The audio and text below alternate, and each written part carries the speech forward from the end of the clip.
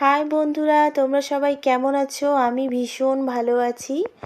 জিভে জল আনার মতো আজকে আমি একটা রেসিপি তৈরি করব। সেটা হচ্ছে জলপাইয়ের আচার। এটা সারা বছর সংরক্ষণ করে রাখতে পারবেন। তার জন্য আমি বেশ এক ঝুড়ি জলপাই নিয়েছি। দেখুন, খুব পাকা জলপাইগুলো আমি নিয়েছি। এগুলো আমি গাছ থেকে একটু আগে পাড়িয়ে নিয়ে এই জলপাইটি তৈরি করছি। দেখুন, খুব বেছে বেছে আমি জলপাইগুলো নিয়েছি। জলপাইয়ে কিন্তু ভীষণ পোকা থাকে, সেই পোকাগুলো ভালো করে বেছে নিয়ে আমি এখন জল দিয়ে ভালো করে ধুয়ে নেব। বেশ কয়েকটা ধোয়া কিন্তু এইভাবে হাত দিয়ে নেড়ে চেড়ে ধুয়ে নিতে হবে। জলপাইয়ের মধ্যে ভীষণ মাটি বালি থাকে, সেগুলোকে ভালোভাবে পরিষ্কার করে নিতে হবে। জল দিয়ে ধুয়ে নিয়ে আমি একটা বড় গামলার মধ্যে তুলে নিচ্ছি। খুব ভালোভাবে কিন্তু এগুলো পরিষ্কার করে নিতে হয়। ধুয়ে ধুয়ে আমি এখানে রাখছি একটা গামলার মধ্যে। দেখুন, প্রত্যেকটাই কিন্তু আমি বেছে নিয়েছি। পোকা যেগুলোতে আছে সেগুলো কিন্তু আমি ফেলে দিয়েছি। একেবারে ফ্রেশ জলপাইগুলো নিয়েছি। আমি এই গামলার মধ্যে আরেক ধোয়া দিয়ে দেব। জলপাইয়ের মধ্যে তো ভীষণ নোংরা থাকে, সেজন্য 2-3 ধোয়া কিন্তু অবশ্যই দিতে লাগবে।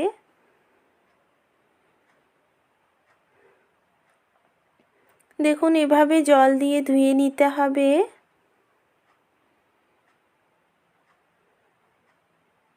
এবারে আমি যেটা করব সেটা হচ্ছে আমি জলপাইগুলোকে ভালো করে কেটে নেব। দেখুন, এর গায়ে যে পচা ইয়েগুলো আছে, খোসাগুলো, সেগুলো কিন্তু আমি কেটে ফেলছি।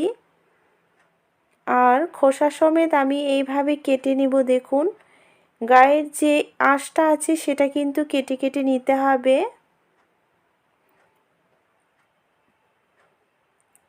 মাঝখানে বীজটাও আমি দিয়ে দিলাম। এই জলপাইয়ের আচারে কিন্তু বীজটা খেতে ভীষণ ভালো লাগে। আমি এই বীজটা দিয়ে একসঙ্গে এই জলপাইয়ের আচার করব।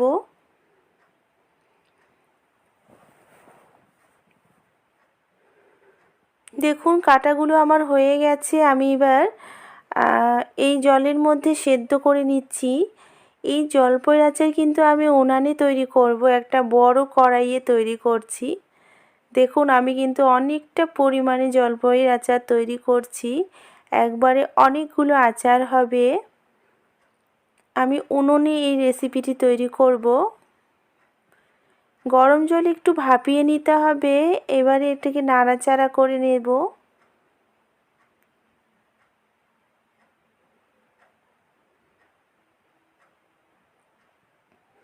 দেখুন, জলপাইগুলো কিন্তু একেবারে সেদ্ধ হয়ে গেছে। এখানে একটা কথা বলে দিচ্ছি, বেশি কিন্তু সেদ্ধ করতে যাবেন না, না হলে পরে কিন্তু আচার করতে করতে এগুলো একেবারেই গলে যাবে। সেজন্য মিডিয়াম করে এটাকে সেদ্ধ করে নেবেন। দেখুন, একেবারে ভাপা হয়ে গেছে আমার।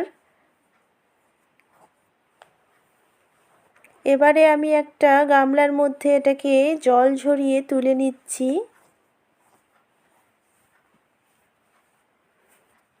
আমি দুটো বাসনে রেখেছি।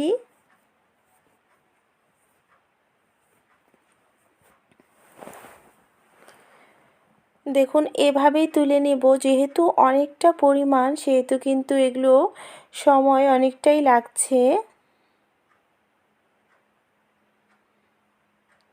জলটা যত ঝরিয়ে যাবে আচারটা কিন্তু ততই ভালো হবে। আর জলপাইয়ের মধ্যে কিন্তু কোনো রকম জল যাতে না থাকে, না হলে কিন্তু আচারটা নষ্ট হয়ে যেতে পারে। এই জন্য অবশ্যই কিন্তু এটা জলটা ভালোভাবে ঝরিয়ে নেবেন। এবারে আমি উপকরণগুলো দেখিয়ে দেব। আমি এই জলপাইয়ের আচার করার জন্য কি কি উপকরণ নিয়েছি। এখানে আমি পরিমাণ মতো লবণ দিয়ে দেব। আমি এখানে 2 চামচের জন্য লবণ নিয়েছি, 2 চামচের মতো। হলুদ গুঁড়ো 2 চা চামচ, লাল লঙ্কার গুঁড়ো 2 চামচের মতো নিয়েছি। এখানে আমি মশলা নিয়েছি। এখানে আমি মৌরি নিয়েছি এই হাফ কাপের মতো, গোটা জিরে নিয়েছি হাফ কাপ, জোয়ান নিয়েছি হাফ কাপ। এই মশলাগুলো দিয়ে আমি আচারটা তৈরি করব। এই সবগুলো মশলাই আমি একখানে গুঁড়ো করে নেব।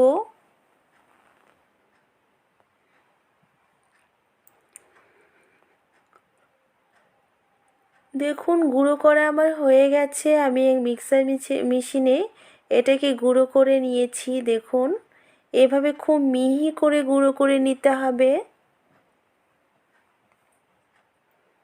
এই মশলাটার উপরে কিন্তু আচারের টেস্টটা নির্ভর করছে, সেই জন্য ভালোভাবে এটাকে গুঁড়ো করে নেবেন। এবারে কড়াই বসিয়ে দিয়েছি, এখানে আমি সর্ষের তেল দিয়ে দেব। এই আচারটা যেহেতু জলপাইটা বেশি পরিমাণ, সেহেতু তেলটা একটু বেশি করে দিতে হবে।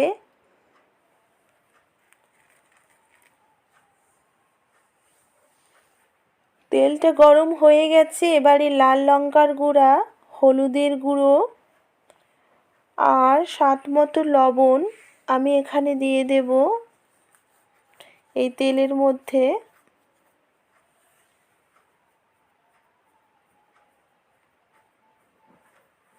দেখুন এগুলো দেওয়ার পরে আমি এখানে 1 মুঠো চিনি দিয়ে দিলাম। চিনিটা যদিও আমি উপকরণে দেখিয়ে দিইনি, তবুও কিন্তু এই চিনিটা অবশ্যই অ্যাড করতে হবে। এবারে আমি মশলাটা দিয়ে দিচ্ছি। আমি 2 চামচের মতো এখানে মশলা দিয়েছি। সবগুলো দিয়ে আমি এটাকে ভালোভাবে নাড়াচাড়া করে নেব। দেখুন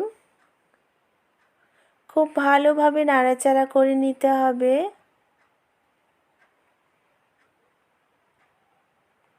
আচারটা কিন্তু আমি উনুনে করছি, যেহেতু বড় কড়াইয়ে, সেহেতু আমি উনুনে এই আচারটা তৈরি করব। এই উনুনে আচারটা তৈরি করলে কিন্তু খুব টেস্টি হবে, খেতে দুর্দান্ত সুস্বাদু হবে। দেখুন এটা কিছুক্ষণ জাল দিয়ে এটা নেড়েচেড়ে নিতে হবে ভালোভাবে, যাতে মশলাগুলো ভালোভাবে তেলের মধ্যে অ্যাড হয়ে যায়। সেজন্য এটাকে একটু সময় নিয়ে অবশ্যই এভাবে নাড়াচাড়া করে নেবেন।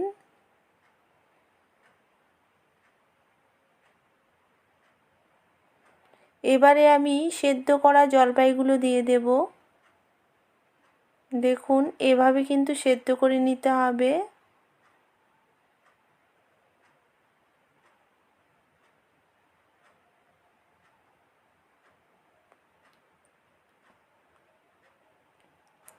পুরো জলপাইটাই আমি দিয়ে দিলাম। এবার এটাকে ভালোভাবে নাড়াচাড়া করে নেব। মশলাগুলো যাতে জলপাইয়ের মধ্যে ঢুকে যায় সেভাবে নাড়াচাড়া করে নিতে হবে।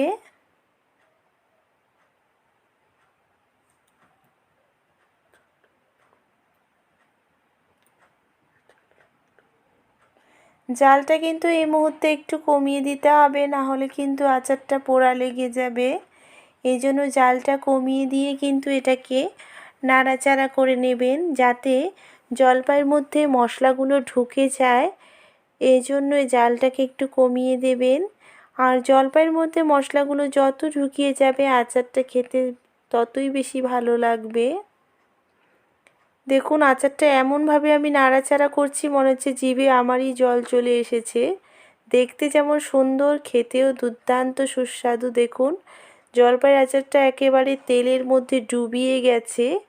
আচার মানেই কিন্তু তেলের মধ্যে ডুবিয়ে থাকা, ভীষণ ভালো লাগে। দেখেই কিন্তু জিভে জল চলে আসছে। আমি জানি না তোমাদের জিভে জল এসেছে কি না, কিন্তু আমার একদম কিন্তু জিভে জল এসে গেছে। এরকম টক টক ঝাল ঝাল মিষ্টি মিষ্টি আচার খেতে ভীষণ ভালো লাগে। এই আচারে কিন্তু 3টে ফ্লেভারই আপনারা পাবেন। আপনারা টকের ফ্লেভার পাবেন, ঝালও পাবেন, মিষ্টিও পাবেন। 3টে ফ্লেভারই কিন্তু পাবেন। দেখুন একেবারে লাল লাল করে আচার হয়েছে।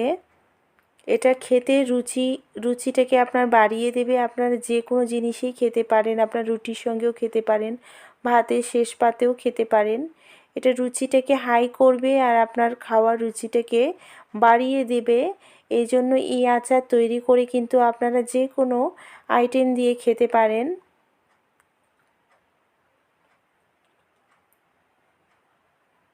দেখুন এভাবে নাড়াচাড়া করব, যত নাড়াচাড়া করবেন তত কিন্তু লাল হয়ে আসবে। আমার তো দেখেই থাকতে ইচ্ছে করছে, আচারটা মনে হচ্ছে দেখেই থাকি, খেতে তো ভীষণ ইচ্ছে করছে।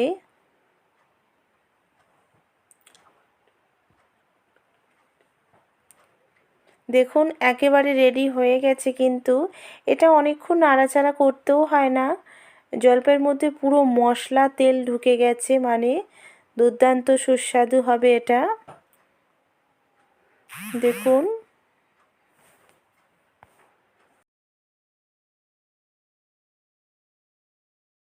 আমার রেডি হয়ে গেছে টক ঝাল মিষ্টি আচার। আপনারা কিন্তু এটা অনেক দিন রেখে রেখে আপনারা সংরক্ষণ করে খেতে পারবেন। আমি একটা বোল সেটে সার্ভ করে নিয়েছি। দেখুন দেখতে যেমন সুন্দর লাগছে, খেতে ভীষণ ভালো লাগবে।